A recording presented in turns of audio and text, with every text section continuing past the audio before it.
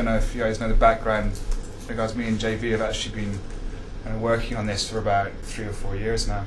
But for about the last 4 or 5 months, me and JV kind of realised that we kind of had a unified vision regards this, and hence why, I mean, I think both of us are just so passionate about the kind of bigger picture, and the fact that JV's made this opportunity for me, for somebody who's been talking about it for 2 years now, it's kind of actually given me an opportunity to put actions where my words are to a certain degree, and hence why for me it would appear like kind of an odd choice going to a smaller non-pro tour team, and kind of what would be termed from a distance going down a notch. But I actually think what's going to happen with this American team Slipstream is actually going to be the next wave of professional cycling teams.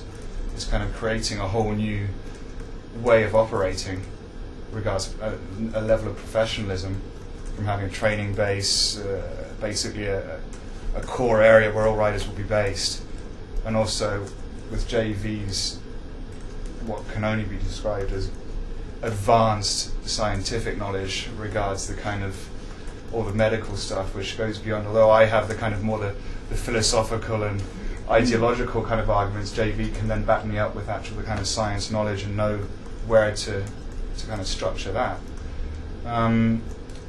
So I think it's actually come along at a perfect time, and with what we've seen this last 3 weeks with the tour, it's needed what we're going to be doing with Slipstream.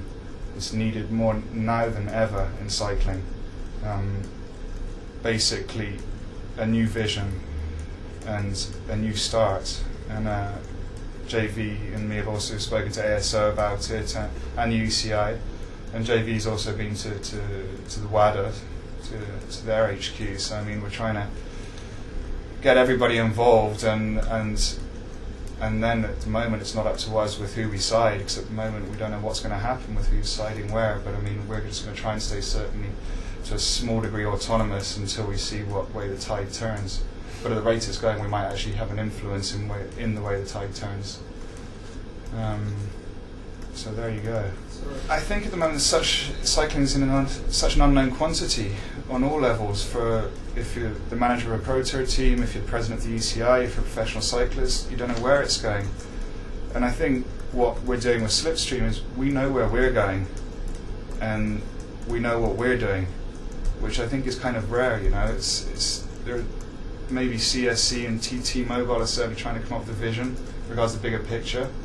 But I think you'd be very hard pushed to find one of the pro tour team or one of the cycling team that actually is thinking of the bigger picture rather than just winning races on a monthly basis and getting pro tour points. And I think a lot of riders are waking up to that. They're kind of, from reading and actually being questioned and being provoked into thinking by journalists and circumstances, they're actually kind of beginning to see that they have a certain responsibility towards the big picture as well. I love racing my bike, and even at this tour, it's like I didn't win a stage, but Christ, I tried, and I kind of had a lot of fun trying, you know. And I'm gonna, with Slipstream, it's gonna be the first time in my career I'm gonna be in a team where I'm actually gonna have access to coaches, you know, with Alan Lim and even I've already met Reichland, the chiropractor, and the doctors, and basically even equipment. I know JV's just kind of technically mad, you know, when it comes to time trial equipment and stuff like that, and it's going to be nice sharing that with somebody rather than kind of having to push sponsors.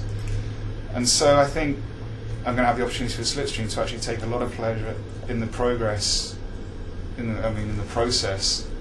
And that's one of the things we want to create for the younger riders as well, is to take as much pleasure from the process as well as the actual outcome, which is one of the reasons for having, if you like, a training base, is to make the process a very important part of the team, and to actually, because to make it almost a year-round training camp to a certain degree, and that way we'll get to a point where we can derive a lot of pleasure from the whole ensemble, rather than be mercenary hired guns that just turn up to race together.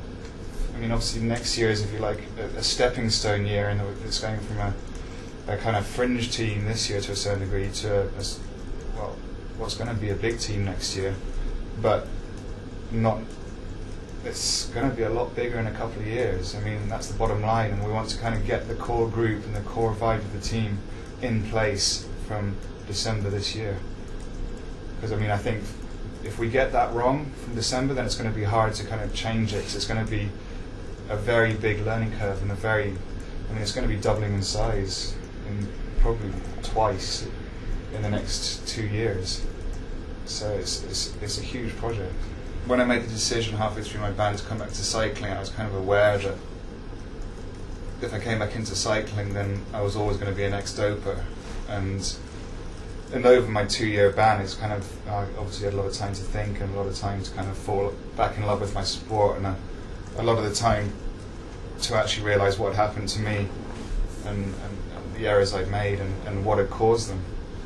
And so when I came back into the sport, I realised, then everyone would ask me questions about doping, and I suddenly realised that I had an absolute kind of opportunity to talk about it and to try and make a difference.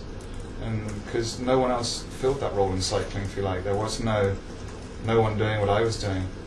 And there may be certain reasons for it, a certain level of trying to achieve redemption to some degree, but I think it has gone beyond that now. It has gone to the point where I actually I was just saying to my girlfriend on the way here, I'm actually really enjoying my role now of taking this strong stance and actually feeling like I can make a difference and be a voice and be a constructive voice in this, what is a long battle. And this is just giving me another opportunity. It's funny because this tour will be remembered as a drug scandal tour, but it seems like a lot of people felt that it was actually, in a lot of ways, a much cleaner tour.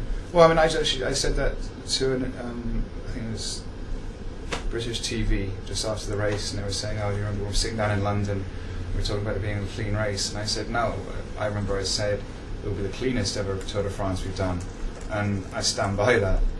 I think this probably was one of the cleanest Tour de France's, if not the cleanest Tour de France we've ever done. But the problem is, that doesn't mean there's no dopers. There are still dopers. It's just not quite as prolific as it once was. I think confessions are good when they come with constructive after work, if you like. It's one thing confessing for personal reasons and just to get it off your chest and liberate your soul, if you like. I think it's another thing to confess and then follow up that confession with constructive work, you know. So I think confessions are definitely necessary, but I think it's more got to do with why they're being confessed, you know, and what for. Because some confessions are necessary, some are not, and some are constructive and some aren't.